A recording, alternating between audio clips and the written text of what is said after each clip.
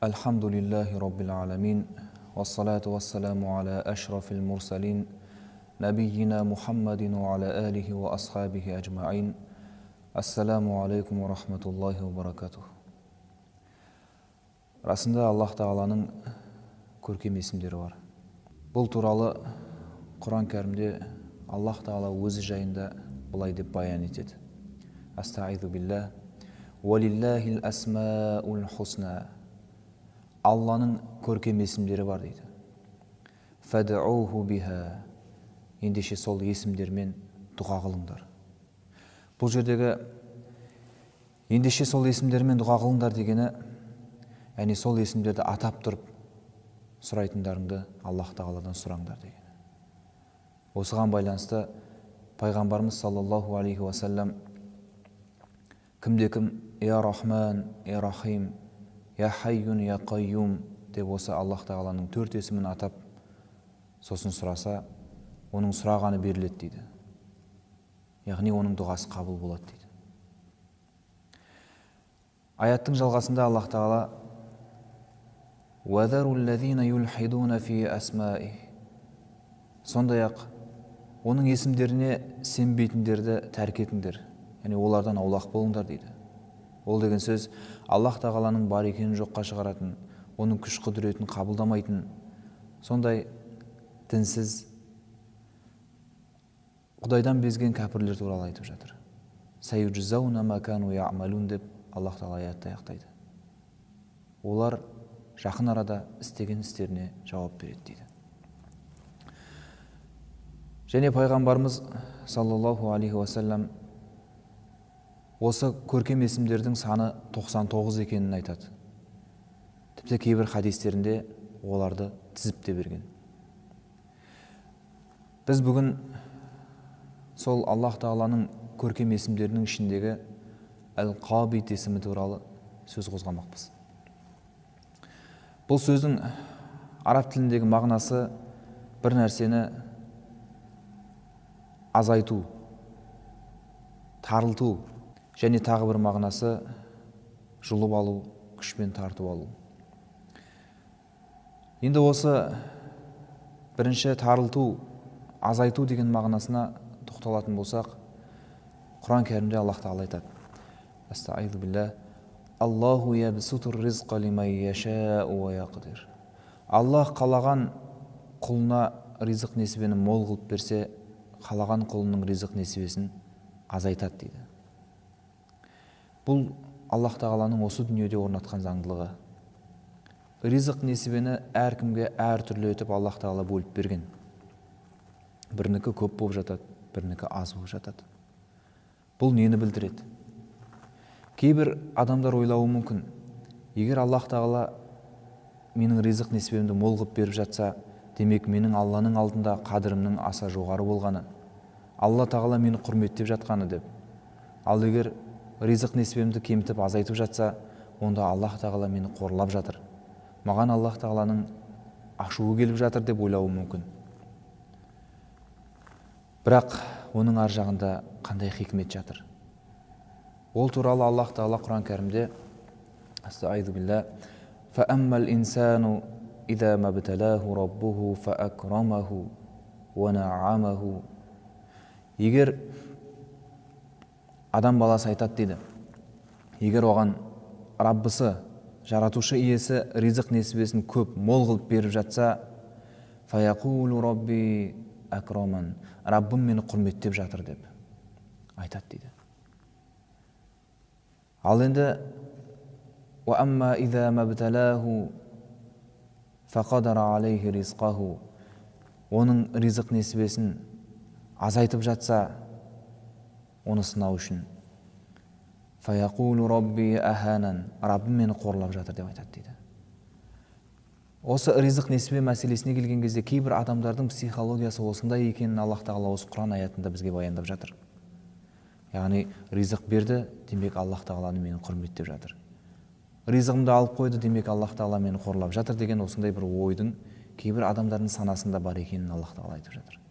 Бірақ осы екі аяттың екеуінде Аллах Тағала ибталаху деген сөзбен бастады. сынап жатса дейді, егер сол арқылы сынаса дейді. Қараңыз, сізге ризықты Аллах тағала берсе, оны сынақ үшін берді.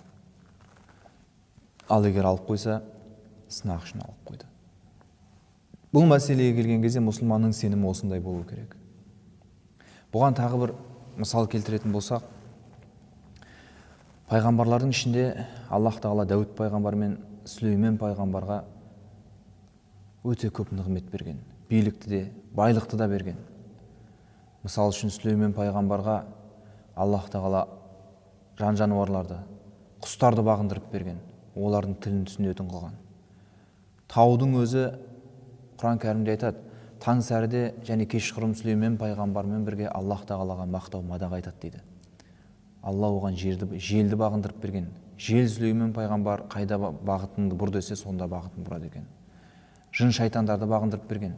Олар Сүлеймен пайғамбардың сарайларын соғатын болған. Бұдан да басқа қаншама нығметтер берген. Осының барлығына қарап отырып, Сүлеймен пайғамбар айтқан екен: «Қала хаза мин фадли рабби». Нәмл сүресінде Аллах тағала қиссасын баян етеді. Бұл Раббымның, жаратушы иемнің маған берген кеңшілігі, лияблуани, оны маған сынайын деп берді деп айтқан екен.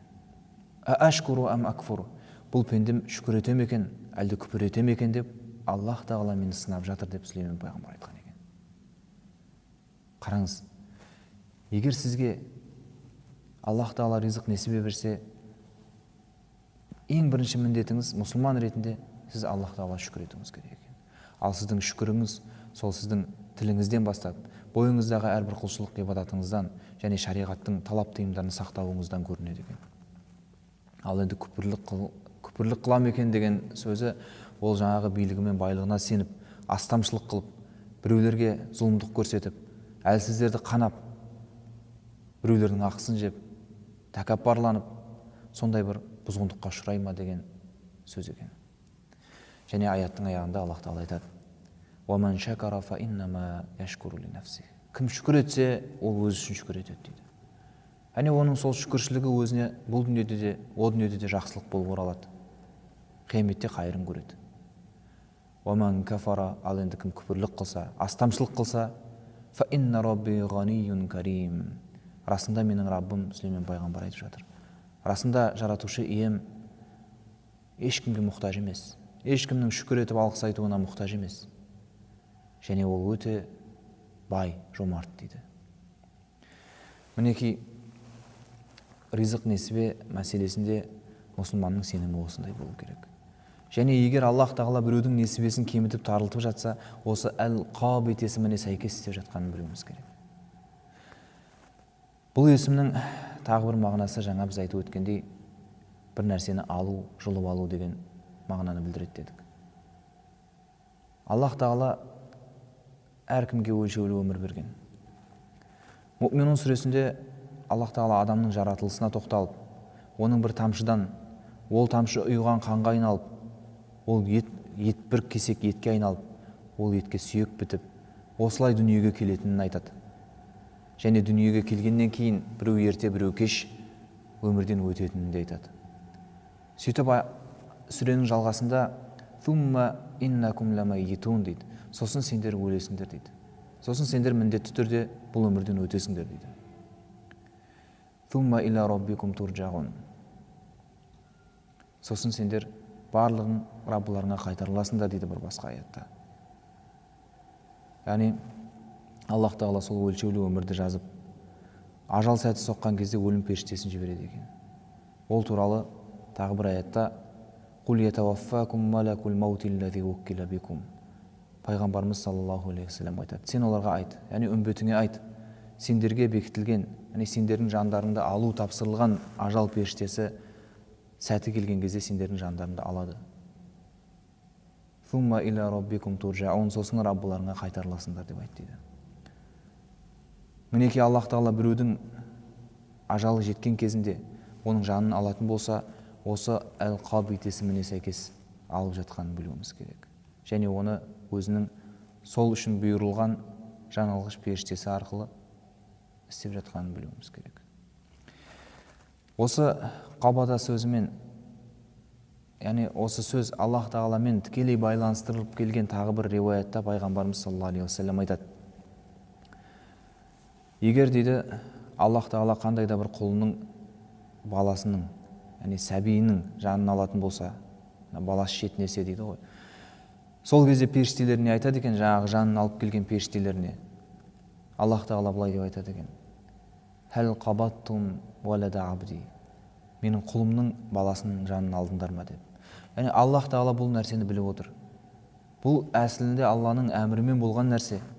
Бірақ Аллах тағала осының ар жағында ғайып әлемінде қандай хикметтер болып жатқан, оның ар жағында қандай сауаптар беріліп жатқанын бізге білдіру үшін, пайғамбары арқылы бізге соны жеткізу үшін осы нәрсені періштелерден біле тұра сұрады. Сонда періштелер: я Раббымыз, алдық дейді екен. Сосын Аллах тағала тағы да бір рет: хәл қабаттум фәмарата фуадих, оның жүрегінің жемісін алдыңдар ма? Яғни жаңағы қабада етістігі қолданылып тұр бұл жерде. Сондай бір жүрегіне қимай тұрған бір адамның жұлып алдыңдар ма деп сұрайды екен. Адам сәбиі болсын, немесе басқа да туысқаны болсын, жақынын ешкім өлімге қимайды. Бұл сондай ауыр соғатынын біліп, Аллах тағала бізді сол үшін сынап тұр. Сонда періштелер: я Раббымыз, алдық дейді екен. Сосын Аллах тағала сұрайды: құлым не деді деп. Періштелер айтады екен: хамада вастаржа, ол саған мақтау мадақ айтты, сосын бәріміз де Алланыкіміз, бәріміз де түбінде Аллаға ораламыз деп сабыр етті дейді. Сонда Аллах тағала періштелерге: ендеше оған жәннаттан үй соғыңдар. Сөйтіп ол үйдің атын Байтул Хамд, яғни мақтау мадақ үйі деп қойыңдар деген екен. Жаңағыдай қиын сәтте, қайғының үстінде Аллах тағалаға мақтау мадақ айтып және сабыр еткен үшін Аллах тағала сондай бір ұлы сауапты нәсіп етеді екен. Мінекей, егер біреудің ажалы жетіп өмірден өтіп жатса, Аллах тағала осы әл-Қабит есіміне сәйкес оның жанын алады екен. Және бұл есімі Аллах тағаланың күш құдіретін танытады. Бір аятта Аллах тағала айтады: уама қадаруллаха хаққа қадри. Олар, яғни дінсіз, кәпірлік мүшриктер, Аллах тағаланы өзінің күш құдіретіне сәйкес бағалай алмады дейді. Яғни оның құдіретін тани алмады дейді. Уал-арду қабдатуху яумал қиямати уас-самауату матуятун бияминих. Ал егер Аллах тағала өзімнің құдіретім туралы айтар болсам, менің құдіретім қиямет күні жерді бірақ мыжып, аспандарды жапырып тастауға жетеді деген екен. Яғни қарап отырсаңыз, осы жерде де осы қабада етістігі қолданылған. Қабада деген уысына алу, мыжып жіберу дегенді білдіреді. Дәл осылай Аллах тағала қиямет күні өзінің күш құдіретімен, шексіз құдіретімен осынау алпауыт жерді бірақ мыжады екен. Және біз қазір зерттеп біте алмай жатқан, ұшы қиыры жоқ біз үшін сондай болып көрінетін аспанды да бір-біріне ұрып жапырады екен. Осы туралы пайғамбарымыз саллаллаху алейхи вассаламның хадисінде бар. Пайғамбарымыз қиямет күні орнаған кезде Аллах тағала жерді мыжып, аспандарды жапырып: әнәл мәлик айна мулукул ард, мен патшамын, жердің патшалары қайда деп айтады екен. Яғни кеше ғана жерде патшадай болып шалқайып, тәкаппарланып жүргендер, сондай бұзғындар, озбырлар қайда деп Аллах тағала өзінің күш құдіретін осылай паш етеді екен. Бұл пайғамбар саллаллаху алейхи вассалам арқылы бізге осылай риуаяттармен жетіп отыр. Қарап отырсақ, бұл Аллах тағаланың әл-Қабит есімі оның асқан күш құдіретке ие екенін, ол үшін бүткіл осы жаратылыс, бүткіл әлем масаның қанатына да татымайтынын көрсетеді. Бұл Аллах тағаланың көркем 99 есімінің бірі. Бұдан да басқа Аллах тағаланың көркем есімдері бар. Әрқайсысының Аллах тағаланың күш құдіретін танытатын, Аллах тағаланың шексіз білімі мен хикметін білдіретін, Аллах тағаланың басқа да құлдарына деген мейірімін, құлдарына деген әділдігін білдіретін көркем есім сипаттары бар екен. أقول قولي هذا وأستغفر الله لي ولكم اللهم صل وسلم على نبينا محمد وعلى آله وأصحابه أجمعين.